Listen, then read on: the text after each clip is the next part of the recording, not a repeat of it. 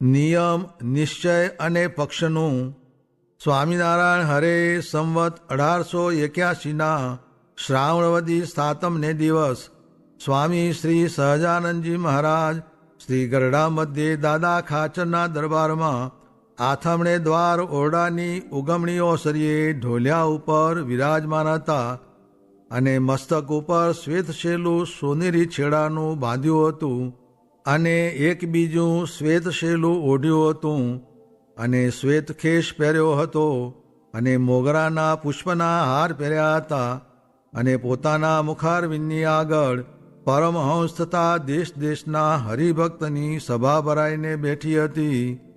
પછી શ્રીજી મહારાજ બોલ્યા, જેમાં 3 વાના હોય તે પાકો સત્સંગી કહેવાય. તે 3 વાના તે કયા? તો એક તો પોતાને ઈષ્ટદેવે જે નિયમ ધરાવ્યા હોય તે પોતાના શિર સાટે દ્રઢ કરીને પાળે, પણ એ ધર્મનો કોઈ દિવસ ત્યાગ ન કરે. અને બીજો ભગવાનના સ્વરૂપનો જે નિશ્ચય તે અતિશય દ્રઢપણે હોય, પણ તેમાં કોઈ સંશય નાખે તો સંશય પડે નહીં, ને પોતાનું મન સંશય નાખે તોય પણ સંશય પડે નહીં, એવો ભગવાનનો અડગ નિશ્ચય હોય. અને ત્રીજો પોતાના ઈષ્ટદેવને ભજતા હોય એવા જે સત્સંગી વૈષ્ણવ, તેનો પક્ષ રાખવો. તે જેમ મા બાપ દીકરા દીકરી તેનો પક્ષ રાખે છે, અને જેમ પુત્ર હોય તે પોતાના પિતાનો પક્ષ રાખે છે, અને જેમ સ્ત્રી હોય તે પોતાના પતિનો પક્ષ રાખે છે, તેમ ભગવાનના ભક્તનો પક્ષ રાખવો. એ 3 વાના જેમાં પરિપૂર્ણ હોય તે પાકો સત્સંગી કહેવાય. અને હરિભક્તની સભામાં મોઢા આગળ આવીને બેસતો હોય ત્યારે બીજાને એમ જણાય જે એ મોટેરો સત્સંગી છે, પણ મોટેરાની તો એમ પરીક્ષા છે જે ગ્રસ્ત હોય તે તો પોતાનું જે સર્વસ્વ તે ભગવાન ને ભગવાનના ભક્તને અર્થે કરી રાખે, અને સત્સંગને અર્થે માથું દેવું હોય તો દે. અને જે ઘડીએ પોતાના ઈષ્ટદેવ આજ્ઞા કરે જે તું પરમહંસ થા, તો તે તત્કાળ પરમહંસ થાય. એવા જેના લક્ષણ હોય તે હરિભક્તની સભાને આગળ બેસે અથવા વાંસે બેસે, પણ તેને જ સર્વે હરિભક્તમાં મોટેરો જાણવો. અને જે ત્યાગી હોય તે જ્યારે દેશ પરદેશમાં જાય ને ત્યાં કનકકામિનીનો યોગ થાય તોય પણ તેમાં ફેર પડે નહીં, અને પોતાના જે નિયમ હોય તે સર્વે દ્રઢ કરીને રાખે, તે સર્વે ત્યાગીમાં મોટેરો કહેવાય. અને વળી જે કોઈક સંસારમાં રજોગુણી મોટો મનુષ્ય કહેવાતો હોય ને તે જ્યારે સભામાં આવે ત્યારે તેને આદર કરીને સર્વ સભાને મોઢા આગળ બેસાડ્યો જોઈએ. અને એ વ્યવહાર છે. તે જ્ઞાની હોય ત્યાગી હોય તેને પણ રાખ્યો જોઈએ, અને જો ન રાખે તો એમાંથી ભૂંડું થાય છે. જેમ રાજા પરીક્ષિત ઋષિના આશ્રમમાં ગયા ત્યારે ઋષિ સમાધિમાં હતા, તે રાજાનું સન્માન થયું નહીં. પછી તે રાજાને રીસ ચડી, તે મરેલ સર્પ હતો તે ઋષિના ગળામાં નાખ્યો. પછી તે ઋષિના પુત્રે શાપ દીધો, તેણે કરીને તે રાજાનો 7 દિવસમાં મૃત્યુ થયો. અને જ્યારે બ્રહ્માની સભામાં દક્ષ પ્રજાપતિ આવ્યા ત્યારે શિવજી ઊભા ન થયા, અને વચને કરીને પણ દક્ષનું સન્માન ન થયું. પછી દક્ષને રીસ ચડી, તે શિવનો યજ્ઞમાંથી ભાગ કાઢી નાખ્યો. પછી નંદીશ્વર ને ભૃગુ ઋષિ તેને સામસામા શાપ થયા. પછી તે પાપમાં સતી દક્ષના યજ્ઞમાં બળી મુવા, અને વીરભદ્રે દક્ષનું માથું કાપીને અગ્નિમાં હોમ્યું, અને દક્ષનું મુખ બકરાનું થયું. માટે ગ્રહસ્થ તથા ત્યાગી એ સૌને એ રીત રાખવી જે સંસાર વ્યવહારે જે મોટો માણસ કહેવાતો હોય તેનું સભામાં કોઈ રીતને અપમાન કરવું નહીં. અને જો અપમાન કરે તો એમાંથી જરૂર દુઃખ થાય, અને ભજન સ્મરણમાં પણ વિક્ષેપ થાય. માટે આ વાર્તા સત્સંગી ગ્રહસ્થ સર્વે તથા ત્યાગી સર્વે દ્રઢ કરીને રાખજો. ઇતિ વચનામૃતમ એ રીતે ગરડા મધ્ય પ્રકરણનું 61મું વચનામૃત જે તે થયું.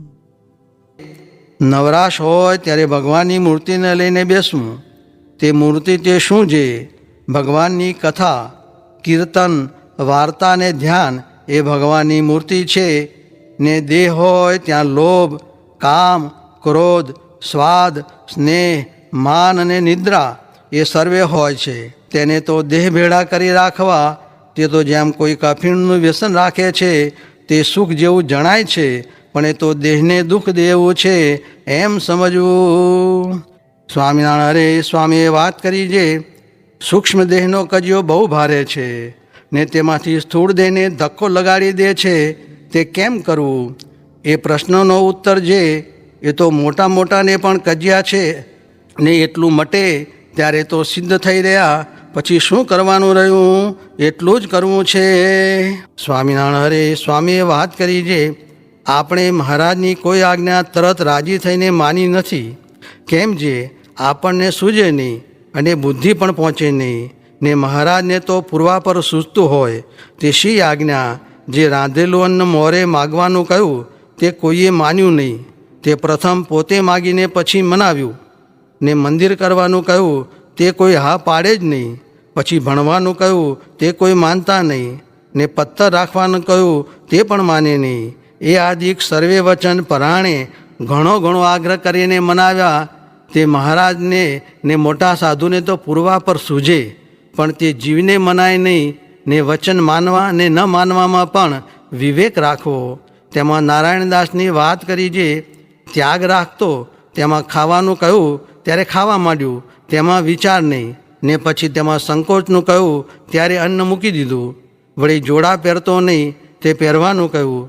ને જોડા પહેર્યા ત્યારે પગમાં કઠીને લોહી નીસર્યું પણ કાઢે નહીં. એ માટે એમ ન કરવું ને વિવેક રાખવો.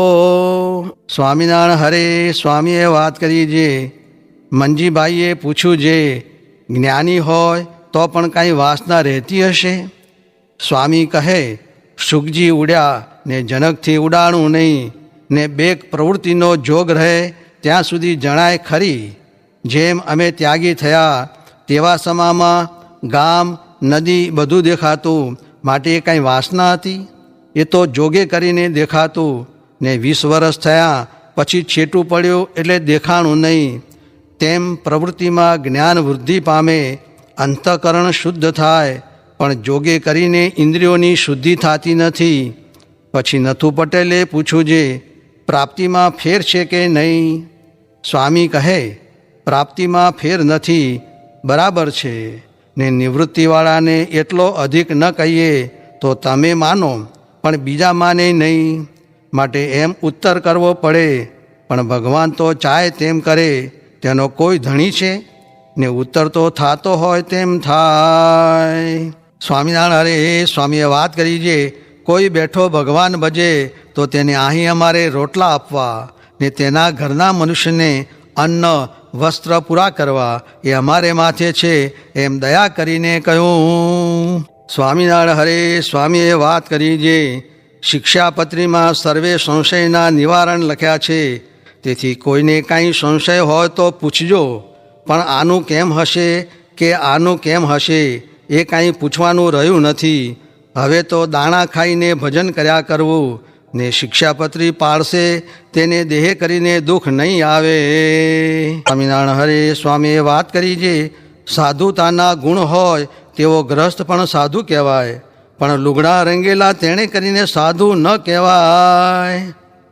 સ્વામિનારાયણ હરે સ્વામીએ વાત કરી છે, આ સત્સંગમાં 3 પ્રકાર છે. જે સત્સંગી હોય તેને કુસંગી કરી નાખે, ને અંતરદ્રષ્ટિ કરતો હોય તો બાહેર દ્રષ્ટિ કરાવે, ને વ્યવહારમાંથી ઉદાસ હોય તો તેમાં ચોંટાડે, એવા પણ મંદિરમાં છે. માટે એને ઓળખીને ત્યાગ કરવો. એક તો ઇન્દ્રિયારામ અને એક અર્થારામ એવા છે. ને જો તે વચ્ચે કોઈ પથારી કરે તો 6 મહિના થાય ત્યાં વિમુખ કરી નાખે. તેને પણ ઓળખીને તેનો સંગ ન કરવો. ને ગરાશિયાની ઘોડે અંતર મળવા દેવું નહીં. અર્થારામ સાથે અંતર મળ્યું કે ભૂંડું થયું, એ બેને મૂકીને આપણે તો આત્મારામ થાવો.